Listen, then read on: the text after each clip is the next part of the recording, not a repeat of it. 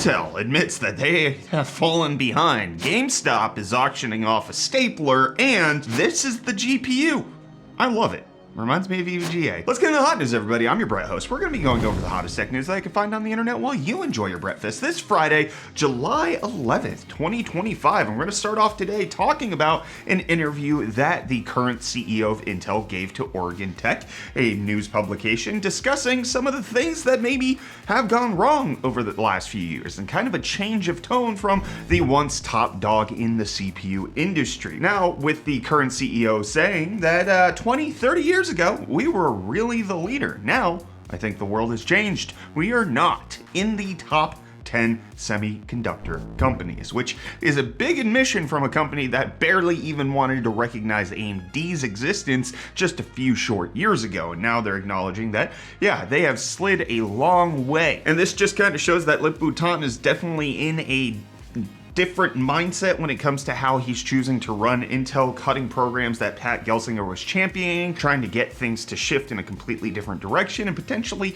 even doing more drastic things than what we've seen already. But also, it's not the only failure that they've acknowledged, with him also saying that when it comes to AI, they're just behind the mark. When it comes to training, they're just too late, and they're not likely to catch up to all of these other major companies when it comes to AI, but they are working to close that gap a little bit, but it's not going to be enough where they're going to be the $4 trillion company that's next happening. So this is just a very honest interview that it appears that Lip-Bu Tan gave, and honest, I kind of appreciate it. It does seem like it's a change of conversation that's happening surrounding them. They're not looking like they're lying to themselves at this point, at least from the head of the company, which could spell that they might change his leadership in the near future if the board of directors doesn't like this type of yapping coming from him. But that's enough of yapping from me on this topic. Let me know what you think of Intel's current falling behind down below in the comments while I tell you about today's video sponsor. Quick, how many things within a 3-foot radius of you have a battery that needs to be recharged? I'm counting. 1, 2, 3, 4, 5, 6, 7, 8, 9, 10, 11, 12, 13. There's a laptop over there, 14. That number is exactly why it's a lifesaver to have fast, versatile, and portable chargers like from today's sponsor, ChukeTech. Now you may be wondering, what charges the charger? ChukeTech has provided a definitive answer to this question with their Max dual-port extreme self-charging. Charging the ChukeTech 15 Ultra's 20,000 milliamp hour battery takes only 45 minutes when you plug in both the ChukeTech 65 watt USB-C charger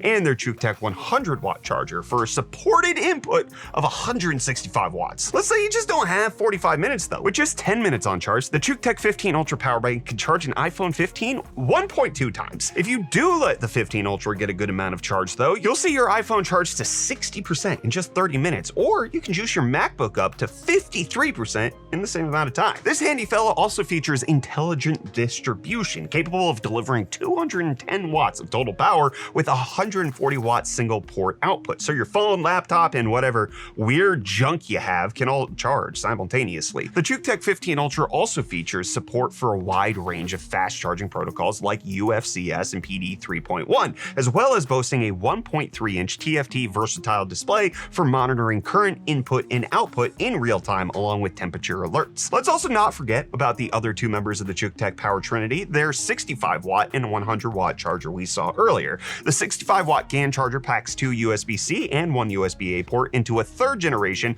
optimized package that's basically the same size as an AirPods Pro case. The 100 watt GAN charger packs the same amount of ports and optimized charging into a sleek and grippy package that takes up over a quarter less space than Apple's 96 watt charger. Change up your charging today by picking up a ChukeTech 15 Ultra power bank. And while you're at it, complete the power trinity with the 65 watt and 100 watt chargers, all via the link in the description below. Huge thanks to ChukeTech for sponsoring today's video. Well, you can definitely use one of those power banks to charge one of Samsung's upcoming foldable devices. You might remember that in yesterday's episode of Hot News, we discussed the Flip and Fold 7, but one of the things that was expected to come out at the Galaxy Unpacked event was their Tri-Fold phone, which was nowhere to be seen. However, now in being interviewed about this and what's happening there, Samsung committing that the Tri-Fold device will be still still happening sometime this year, just wasn't ready for yesterday's event. There's currently no name associated with it. There's been some indication that it might be called the Fold 7 Ultra, it might be called the G Fold. Again, not really clear when that's going to happen or the price point. There is currently one tri-fold phone out on the market, the Huawei Mate XT,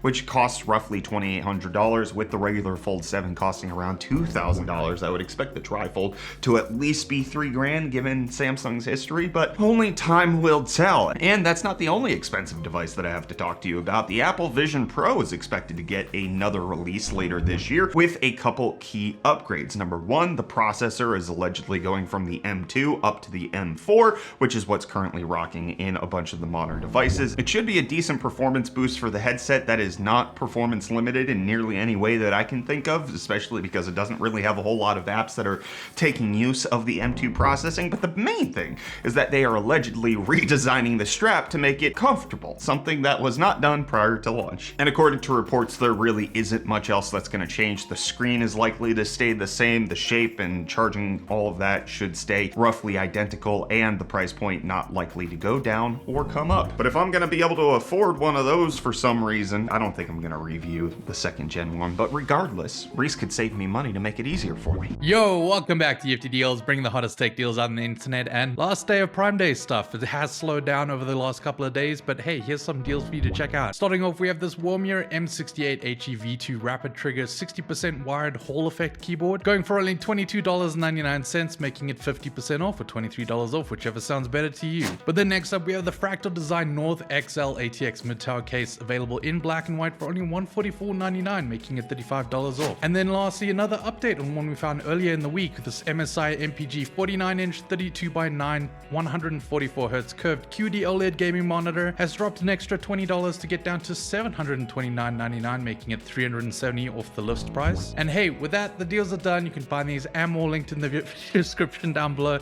But until next time, I'm gonna hand you off back to Brett for the rest of your hot news. Cheers. Well, Reece, you're gonna have to save me even more money because I want to buy a stapler. That's just, it's my stapler. You give it back. I want my stapler. It's not mine, but it's the GameStop stapler that was stapled into a Switch 2 screen. You might remember this, that the Staten Island GameStop accidentally punctured the screen on several Switch 2s because they were stapling the receipt to the front of the box, which apparently is where the screen resided. So this is going up for auction over on eBay. You can see that it comes with the broken console, the stapler, the staple itself, and a certificate of authenticity to let you know that this is indeed the staple that got pulled out of it. Currently, the bidding's at over $112,000 with 194 bids. And you might think that this is all ridiculous, which absolutely it is, but the auction is going to charity. It's raising funds for Children's Miracle Network hospitals and not going into GameStop's pockets, which is one of the reasons why the price is elevated so much. And even the CEO of GameStop saying that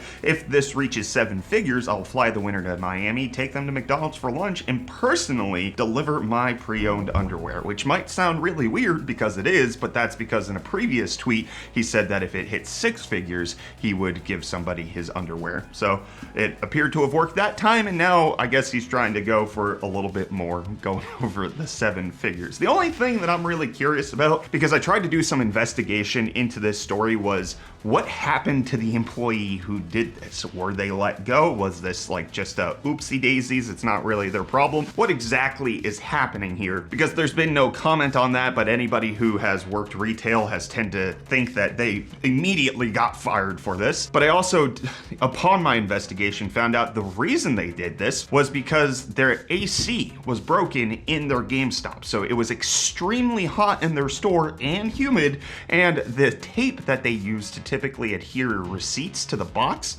wasn't working because of the humidity and the heat. So they had a backup plan of the stapler. So the CEO of GameStop is doing all of this altruistic stuff, but it doesn't look like they can provide air conditioning to their employees to make it so that this never happened in the first place. No word on if that's been fixed. And no word on when the GPU industry is gonna get fixed. EVGA left a long time ago, but we need to talk about the collaboration between Yeston and Gravastar because they announced the 9070 XT Mercury Mercury Nova, and it is an absolutely gorgeous piece of graphics. This is a card that we've been talking about for the past couple of days, highly anticipated between the collaboration of the two, taking the graphics development expertise of Yeston and the skeletal design of something like Gravastar with their mice and keyboards, and then coming up with this beauty, which is very reminiscent of previous EVGA cards. Especially their 10 series Kingpin definitely has reminiscent designs of that. I even like the backplate on this, and it additionally even has a high gloss, almost white looking PCB underneath, so it's kind of a black and white design that's going on for this 9070 XT. There's currently no release date for it, and there's a little bit of an upcharge over the 9070 XT price. It's supposed to be about 16% more than what the regular 9070 XT goes for, but with the design, this is something that I would like to support. I want more